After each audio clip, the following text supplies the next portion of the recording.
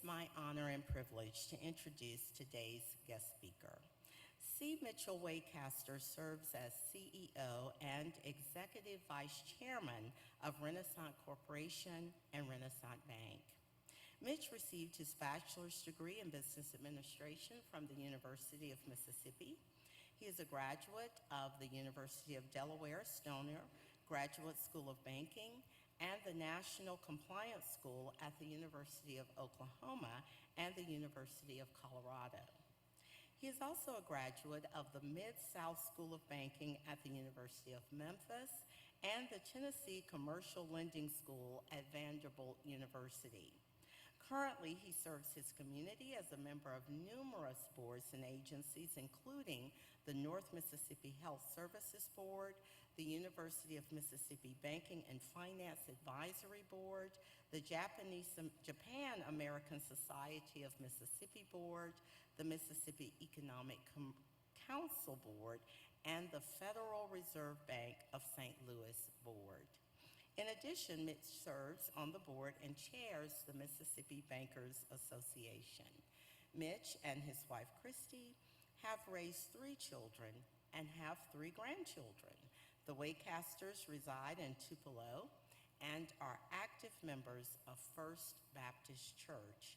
Now, on a personal note, I have the pleasure of visiting with Mitch often, and I am frequently reminded by him in those conversations, like so many others throughout the company, that it is our corporate responsibility to seek first to understand the needs of our communities, and secondly, to work diligently to meet those needs with the utmost level of integrity. Simply put, just do the right thing. Fellow Kiwanians and guests, please join me in welcoming our guest speaker today, my CEO, Mitch Waycaster.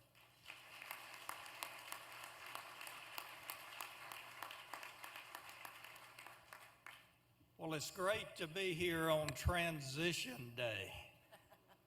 And isn't Tracy Moran Adams outstanding?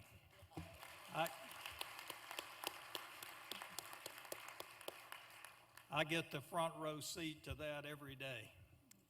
Outstanding. And we have an outstanding team, and thank you to the group from Renasant for being here today. So after I arrived, I heard some about your story, your history. And thank you, John, for that reflection on this past year. But congratulations on 107 years. It was amazing what you're doing in this community. So what I want to talk about today, we all have stories. You have individual stories, you have corporate stories. I'm going to talk some about Renasant. I'm CEO, I can't help it. So that'll be woven in.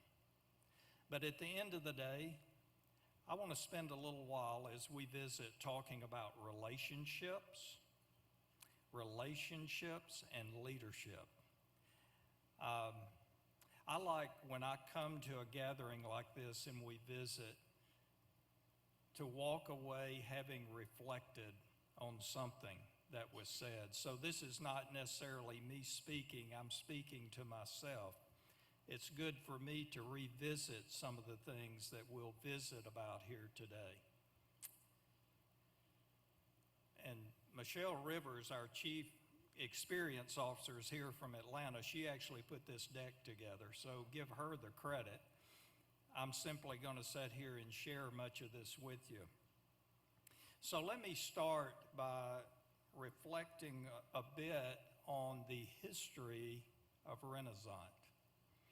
And as I say, we all have a story. So as I go through this, think about your story and some of the things I share with you, our rich history about people, customers, community, shareholders. It's been 120 years.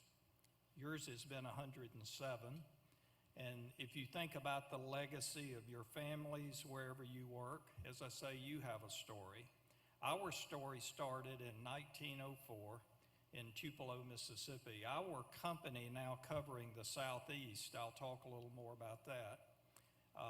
And by the way, I've been blessed to drive to that same address for almost 47 years. I know I don't look that old. I'll turn 66 on Saturday.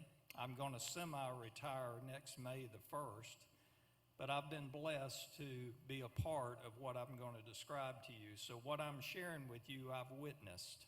I've really had a front row seat to a lot of this. The building that you see depicted there on the right, we lease today for $1 to an art gallery. It's on the National Historic Register. It's right downtown Tupelo. Catty-cornered from that, what Tupelo is typically known for, but catty-corner across the street is Tupelo Hardware.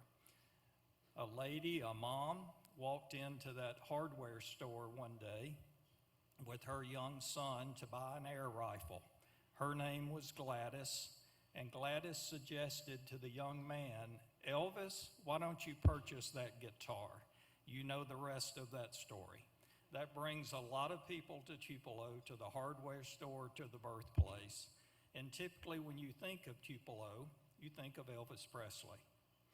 But it has a rich history in many other ways that's found and certainly reflective of the culture of our company. But I dare say what the things I'm going to describe to you also exist in your family, in your workplace. We do have a long history. Culture is very important. I'll tell you this story. In this country, back in the 1930s, we had a Great Depression. I don't know that there's anyone in here that particularly lived and remembered that. We've certainly studied about it. We've heard the stories. Our banking company, very small then, not unlike many banks in this country, briefly closed, which was a traumatic experience for depositors. Naturally, we reopened, we built quickly to be bigger, better, and that's occurred over the years. Our board of directors, soon after reopening in the 30s, made the decision to find every depositor, no matter how long it took, and repay them the principal, but not just principal, interest. It took us until the 1950s to find either the depositor or their descendant to repay that. I'm proud of that story because it's reflective of who we are and the principles that I'm going to share. But those cultural things define us. It defines us as a club, a company, a family, it certainly as an individual. We grew over the years. We went out of state for the first time in 2004. In 2005, we actually came to Birmingham, to the state of Alabama, for the first time. During that time, we had been the People's Bank and Trust Company for 101 years in that period of 2005, and we were meeting ourselves. In other words, there were a lot of People's Banks, and there was even People Bank and Trust Company, so we needed to change a name. Fortunately, the year before, we went out of state to Memphis, to Tennessee, and in that acquisition, we acquired the name Renasant. It wasn't a real word, nobody could spell it, but we kept it and we parked it because we thought we might need it. But it was a gem, and we discovered when we went to the state of Alabama we needed it. We changed our name in 2005. We called everyone together, knowing that people bank with people, just like in your business. They do business with people, not with a name. And we said this, say this over and over to yourself and to your customers. Same people, different name. Same people, different name. It was the biggest non-event ever. Within 6 months, it was as though we had been Renasant for that 101 years, because it's about relationships and it's about people. We have grown over time to cover the Southeast U.S. The 5 states you see there in commercial banking, the Carolinas, if you expand that to the mortgage business, and we actually have other business lines that go across the United States, but primarily in the Southeast, and we have about 2,500 people today. Somebody just tried to call me, and if you wear hearing aids, you know what I'm talking about. I just listened to a phone while I spoke. But if you didn't hear it, that's great. So we are publicly traded. We began trading on the New York Stock Exchange last October. I'm going to show a video here in a moment that Michelle provided in the deck that has a little focus on the closing bell that time. But we are publicly traded under RNST. Culture in our company is tremendously important. The attitudes, the values, the goals, the practices that we put in place. I'm going to touch on some of that in a moment. We are very focused on financial performance. We have a very clear path, and we have a conviction to be a high-performing company. But we do that to benefit the greatest asset, first our employees, our customers, ultimately our shareholders, and to reinvest in our communities, which we believe in. That dates back, and one of the reasons I told you that story coming out of the Depression, we have never lost that conviction. Community development always precedes economic development, everywhere you do business. Thinking about the name, I kind of joked about it earlier, but it's not a real word. But I like to say it's a derivative, if you will, of the word Renaissance and the Renaissance period, the period of enlightenment.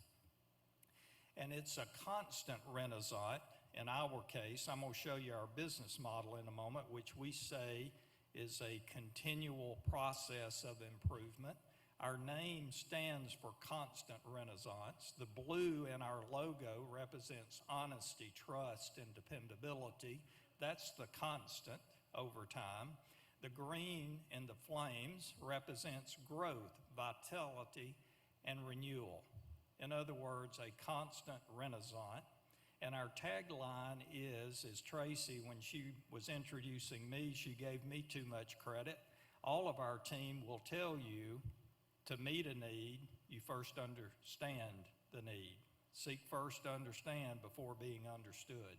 And that's key in financial services. That's what we believe in. Just a little about our business model, and think about maybe your business model as I talk through this. We're a financial services company. Almost 47 years ago, when I joined the company, we were very small in Northeast Mississippi. We were very much a community bank. Today, we're a community bank. I don't believe that's defined by how many zeros are in the footing of a company. I believe it's defined by your commitment to relationships, how you understand and meet needs. So in our business model and how we've grown, everywhere we do business, whether it's Birmingham, whether it's Atlanta, whether it's Memphis, some of the largest metropolitan areas in the Southeast U.S., or some of the smallest markets. I could stand here and start naming names and you would say, what is he talking about? Because we do business in very small communities and some of the largest communities in the Southeast. It's all about relationships. It's all about starting in that core bank. And for those that are not in financial services, that DDA is demand deposit account, commonly known as a checking account. It's your transaction. It's who you call your bank. We want to be that. Deposits in a banking franchise defines the value of that franchise. Core deposits, core relationships, everything grows from that point. That's been true in our company. We're rich in deposits, rich in relationships, and that really opens the door to do and expand relationships, much like your business. We have core banking, we have mortgage banking. I've been there almost 47 years. Mark, we've always been in the mortgage business. As far as I'm concerned, we'll always be in the mortgage business. It's a core financial service. Over the years, particularly the last 10 or 15, We have developed specialty lines of business.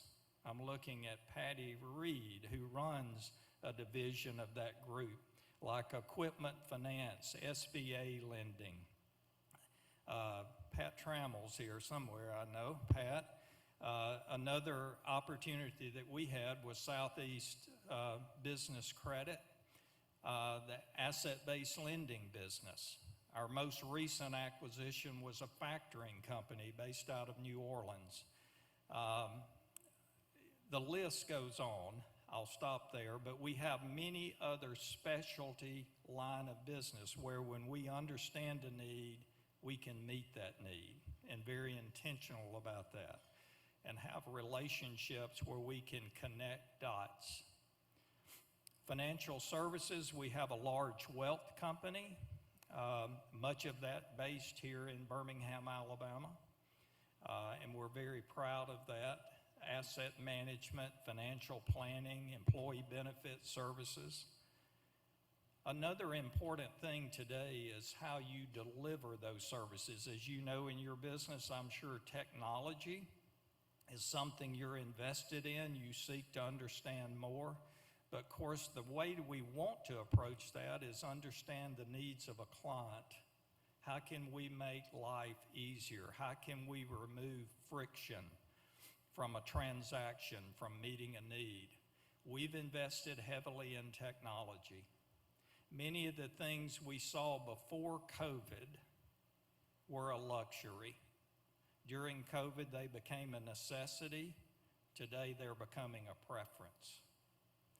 If you think about your business, maybe you're seeing similar type things occur with the onset of technology. Maybe not something that we're afraid of. And old school me, I will tell you, but I think I'm right, that never, ever replaces a relationship. It simply facilitates a relationship. But it's listening to how people want to do business. And many of you in this room are driving that in businesses, and thank you for doing that. So traditional digital delivery. We have a large network of ITMs. So in our company, in the morning, you could be in Destin, Florida, you could go to an ITM. At lunch, you could be in Birmingham. At dinner, you could be in Nashville. And when you walk up to that ITM, you're going to do business with the same banker that's going to give you the same service, and it's a real person, all because of the technology that's available today to do your basic banking transactions. We didn't have that a few years ago, but that's where you find a way to marry a relationship with tech. That's making it work. The other thing in any company, you can see at the top left, we have 4 pillars. The first one is widening the scope, the core bank and more, which is what I've been describing. To the top right, it says align the support. Everybody in every company, and I'm getting back to banking now, and I'm going to our operational and risk areas. Everybody in every company should be focused on the customer. You either serve the customer direct or you serve them indirectly by supporting somebody that does. That's true in our company. We never need to forget that. And it's always focused on what's at the very top of that business model, is customer service experience. We have 2,500 employees today. We're about to have 3,300. I'm going to tell you about an announcement in a moment. And every day, we're either adding to or we're taking away from what's at the top. And we always need to add to it. So it's either serving directly or indirectly. At the bottom left, I've already mentioned accelerating the pace, and that's technology plus relationship. And to the bottom right is profitable growth. We are in business to make money, but if you hire the right people who truly seek to understand the need and meet it, who reinvest in the community, you will take care of your shareholder. It simply works if you do all of those things well. A little about an announcement in our company, and we announced this about 2 months ago. Over time, we have been very opportunistic in acquisition. But before I say that, let me say this. The health of any company is found in the ability to grow organically. It has to happen. You have to demonstrate outside of any acquisition that you can grow. You do that through the talent, through the people, through the markets, how you've positioned yourself. It's also about talent acquisition, and we have been very blessed. I think that also relates back to culture and the creating an environment that people want to be part of. It's also de novoing in new markets. So we've had, I think it's 13 or 14 acquisitions since 2010. About 8 or 9 of those are banks. 2 or 3 were non-banks, 1 wealth company. But we've de novoed, we've gone into new markets without an acquisition 2 or 3 times that number. So that's having the right people in the right markets, but also part of it is acquisition. And we've been blessed to have partners strategically with other companies. We just announced a partnership with the First, and as I guess fate would have it, they are located in Mississippi, but they're a $8 billion company that's grown across, like us, the Southeast. In their case, I know that map's very small, but if you could see the color of their locations, it starts in Baton Rouge, Louisiana. It runs I-10 all the way to Jacksonville, Florida. There's a lot of scale. Those are dynamic markets. And say a prayer for them right now. We got a storm brewing down there. But a lot of scale and density strategically. They also go down to Tampa. They make it up through the state of Florida to Atlanta. They have a significant presence in southern Alabama. We are culturally aligned. We are aligned in business model. We're aligned in risk appetite. We've known them a long time. There's a high degree to trust, and we are simply better together. And when that works, it works well. We've announced that. It's subject to approval. What I'm going to show you now, it's a brief 2-minute video. It's a video that we prepared to welcome that team. But in this video, it features some of our partners, our branding partners, some you're going to recognize, like Kirk Herbstreit, Walker Zimmerman with the National Soccer Club, Allie Ewing McDonald with the LPGA, Trey Mullinax PGA, SEC Shorts from right here in Birmingham, Alabama. I can be anywhere in the world, and I say Renasant, and they say SEC Shorts. That has been one big hit for those that watch it, but you'll see Robert and Josh. The Josh Mancuso Show, you'll see that mentioned with Cooper Manning, one of our latest branding efforts. We also own an online content out on the web called Renasant Nation. One of the programs is Say It Southern. You'll see that featured. We are Southern. You'll see bankers doing business, and you'll see the closing bell of the New York Stock Exchange. So all to say, welcome to Renasant. So here we go.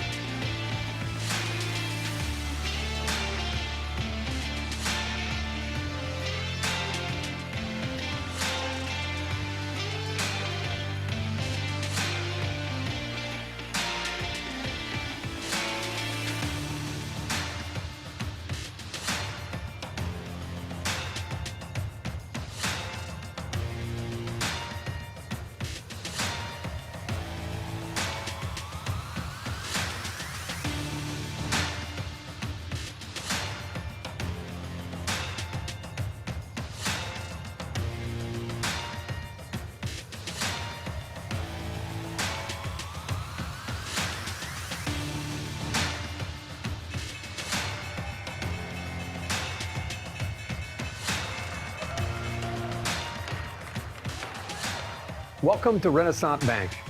Welcome to Renasant. Welcome to Renasant. Welcome to Renasant. Welcome to Renasant. Welcome to Renasant. Welcome to Renasant. Welcome to Renasant. Welcome to Renasant. Welcome to Renasant Bank.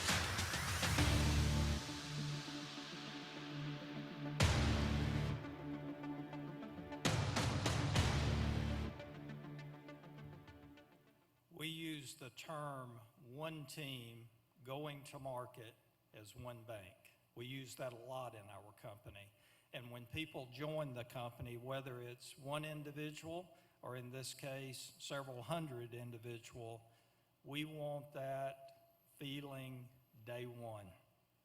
That's cultural, that's what's real, that's what causes people to want to come to work, deliver their best, understand the need, and then meet it.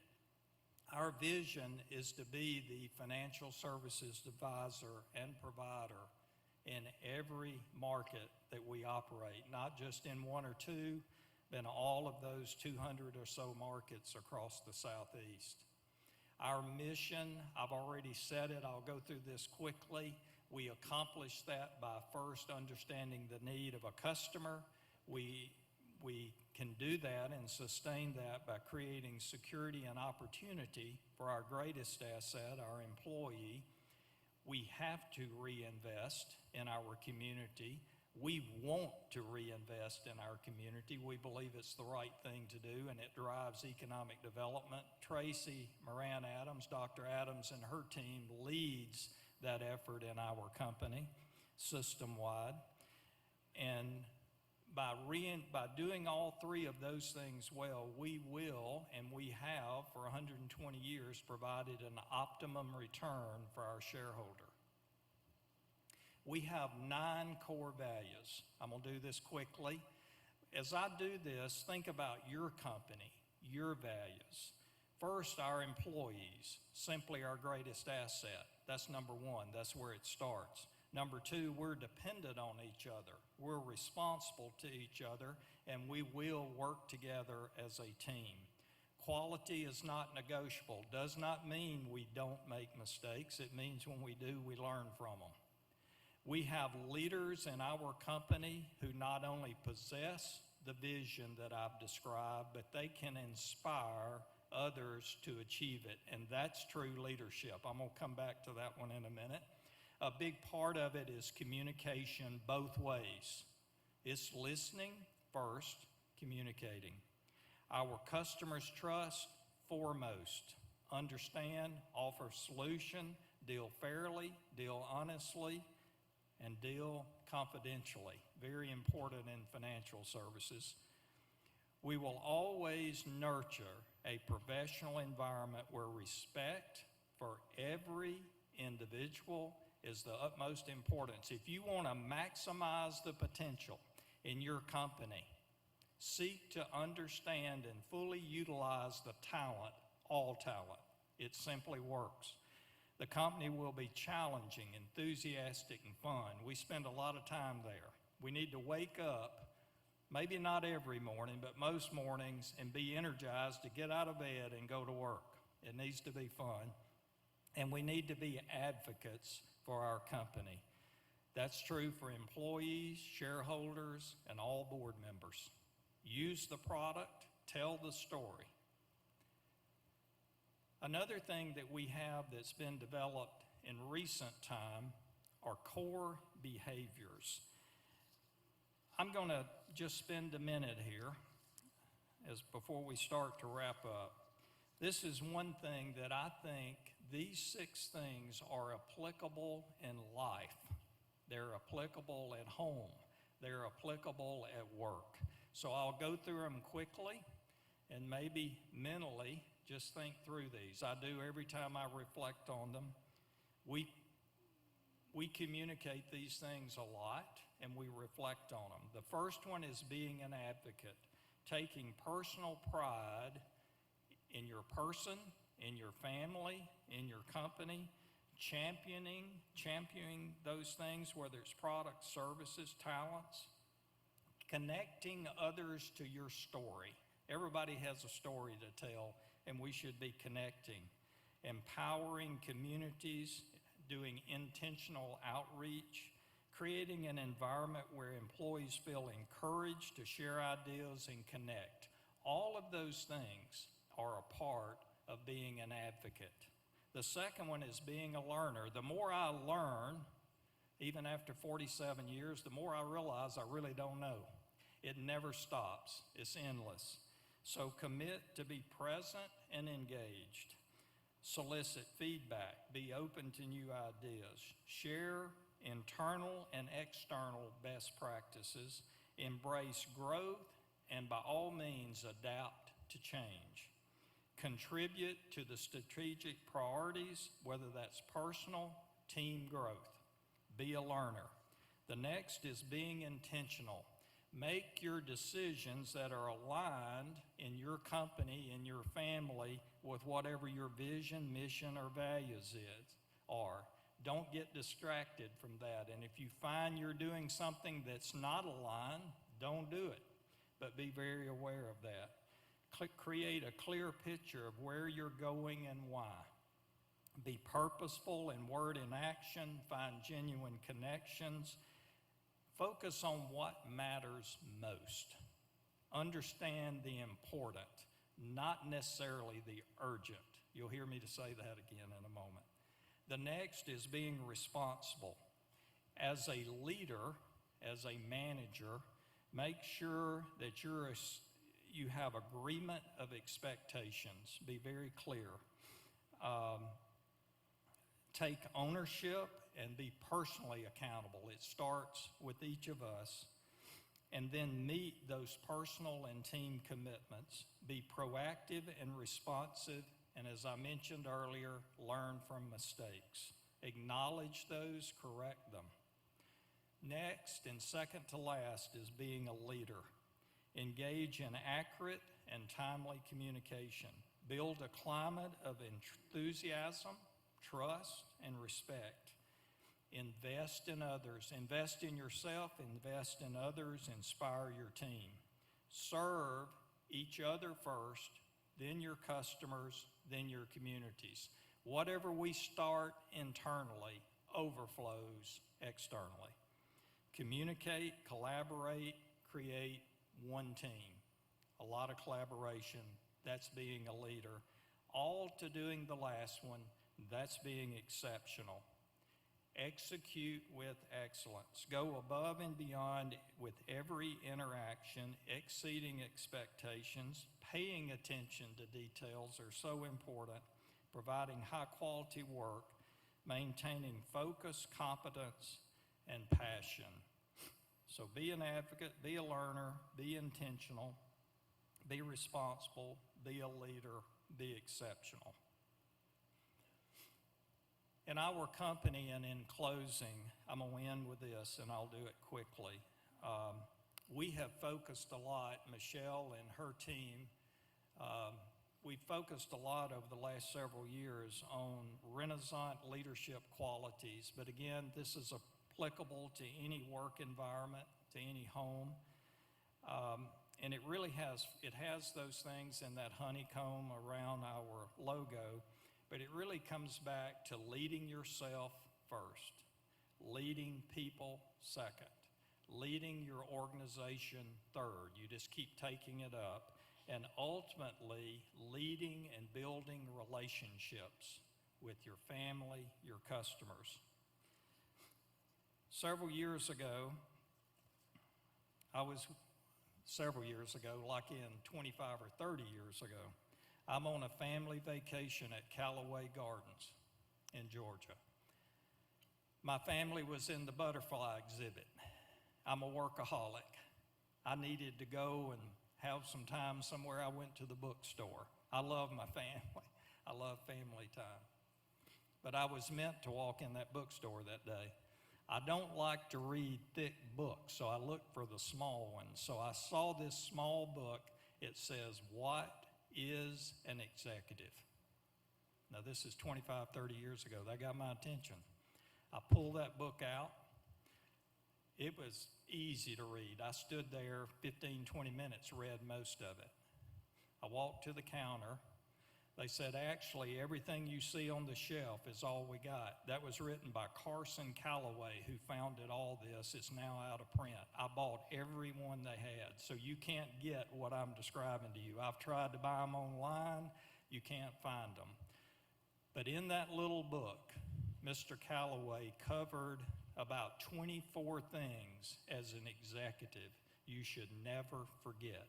I'm going to end quickly by mentioning those things. It'll take me about 2 minutes.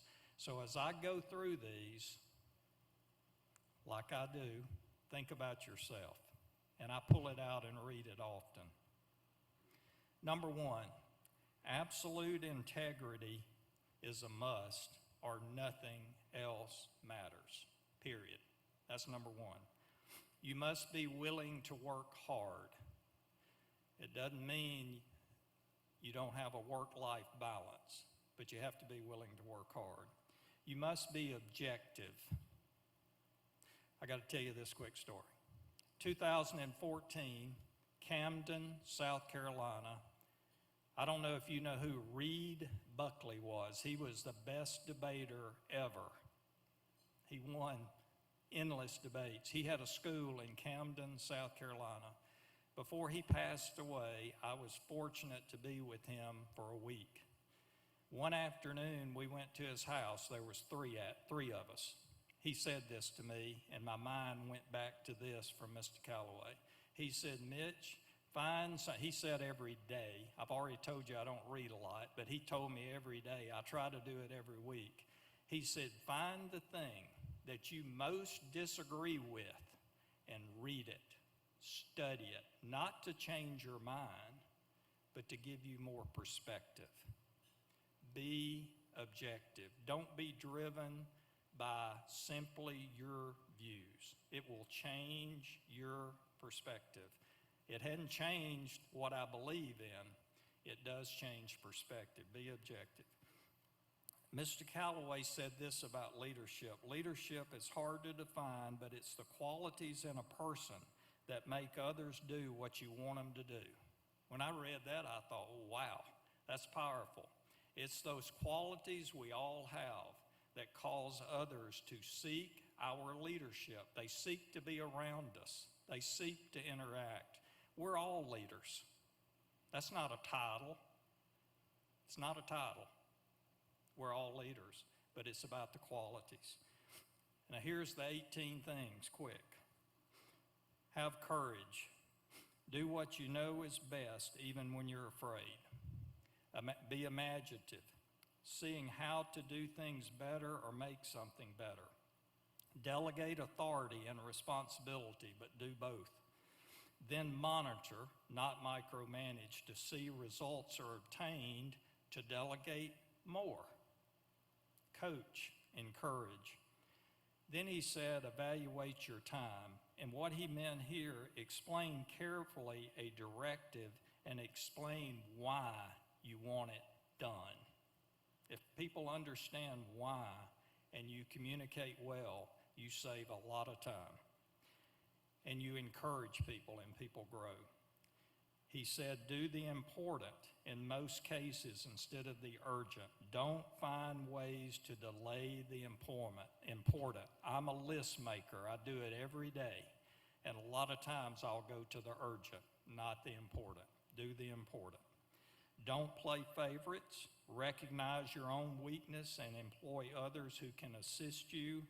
And then on the other hand, help others overcome their weakness and complement their good traits.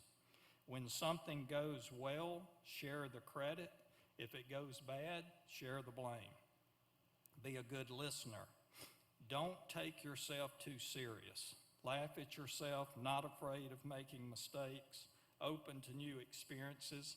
I've had the humility angel come sit on my shoulder so many times. Don't take yourself too serious. Don't become discouraged. Don't become discouraged. Persistence accomplishes the impossible.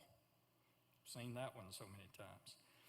And do what you say you're going to do, even if you say it in a casual statement. If you make a statement, do it if you say it. Don't make an unqualified statement unless you know the facts, know what you're talking about. I like this one. It's not my nature to do this, usually, those that know me, but he said, don't get mad unless you decide to. It's appropriate sometimes, but it's not an impulse action. Choose it carefully. And I really like this one. It's almost to the end. Like and enjoy people. Build trust, deepen relationships every day. It will serve you well. And his last one, guard your health. And I had to get later in my 60s to get through my hard head. I needed to do that, and I'm trying to do it better. So some of you are not here yet. I'd say guard your health. It's very important. But doing all those things consistently, no matter what we're walking through, no matter what's in front of us. And at the end of the day, I will say again, developing relationships, staying focused on leadership qualities, and this is a room full of leaders. I think it serves us all well. Thank you for allowing me to come and share with you. And Tracy, if there's questions, I think we have 2 minutes. I'm sorry, I used a lot of time. One question. Thank you. There may not be a question. We do have one. So during COVID, we were absent from the office. Has your approach now changed to bring people back into the workforce, and what does that mean to the culture of your company? Great question. So during COVID for us, and of course we're financial services, and direct delivery would not allow everyone to work from home, but relative to a bank, that number went up quite a bit for us, and just out of concern for our employees, we certainly found other ways to do things. What we found, we didn't issue an edict that people had to come back. What we found, people wanted to come back. We're driven by a relationship. But I will say we also learned there were better ways to do things. So we actually, pre-COVID, let's say we had 10% that already work remotely. That's probably maybe 15% today. So we also learned that things can be accomplished remotely. I mentioned that earlier about how we had learned about delivery. So it's higher today. I'm a relationship person. I think if you are in a business that is drawn to work remotely, I think whether it's Zoom meetings, whether it's periodic meetings in person, however you find to stay connected, I think that's what's important. So do what works in your business model. Make sure you're driving to facilitate relationships, whatever that model is. But thank you. Great question. Tracy?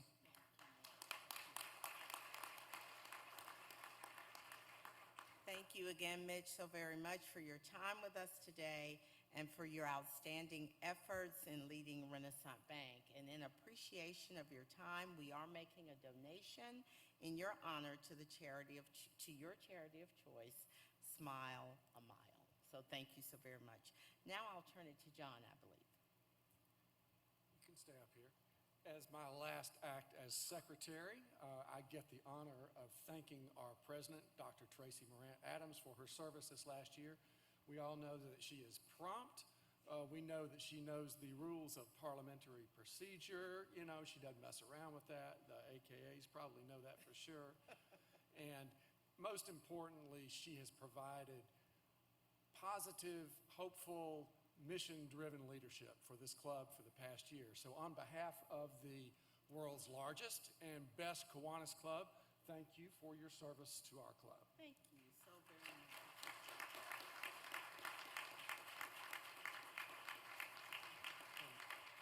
I believe the AKAs have something for you as well.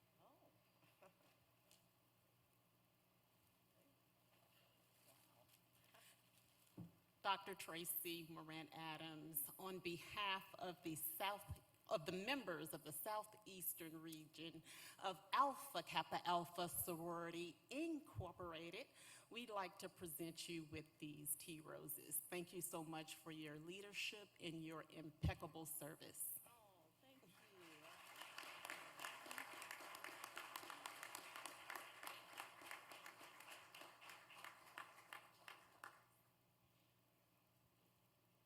Well, thank you all so very much.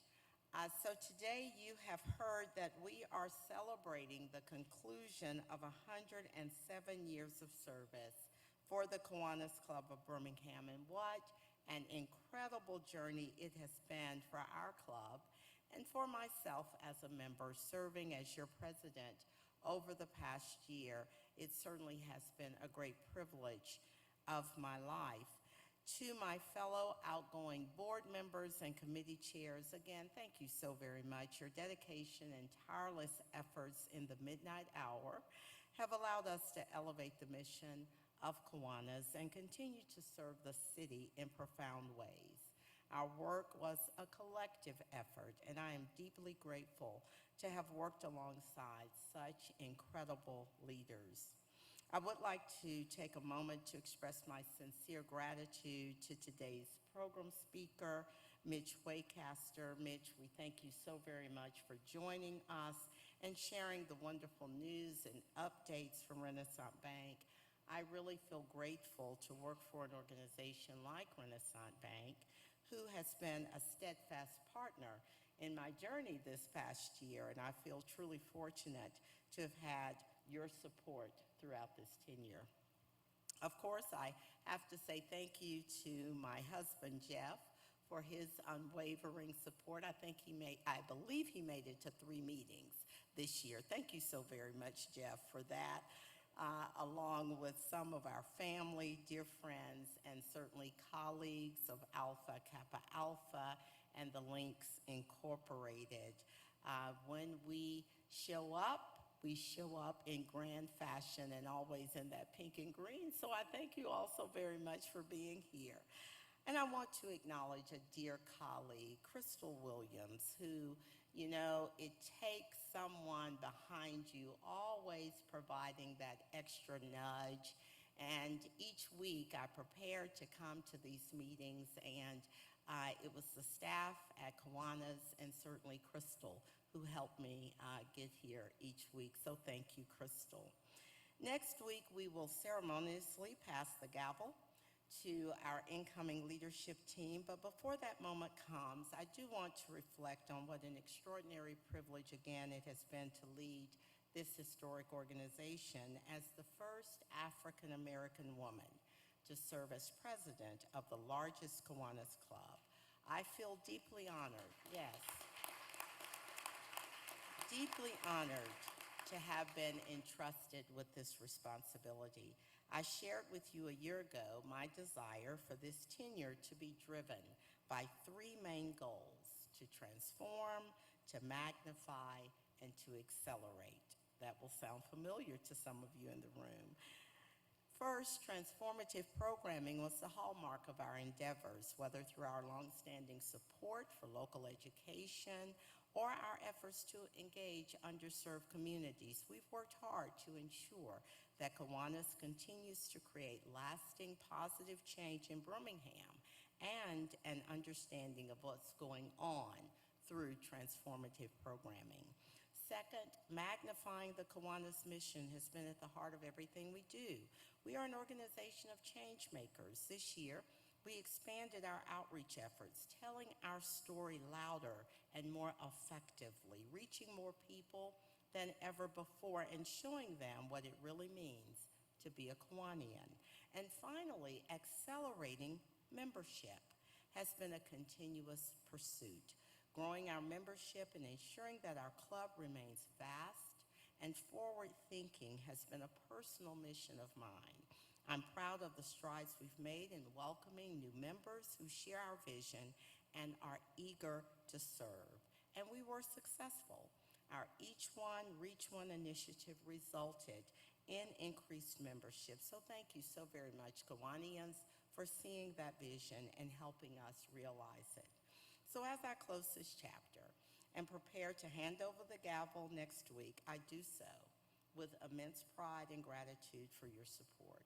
Thank you for trusting me to lead. I'm excited to see where the club will go under the dynamic leadership of Andrew Nix. I know that the future of the Kiwanis Club of Birmingham is bright, and I'm going to be right over there in the corner cheering you on. Thank you so much again.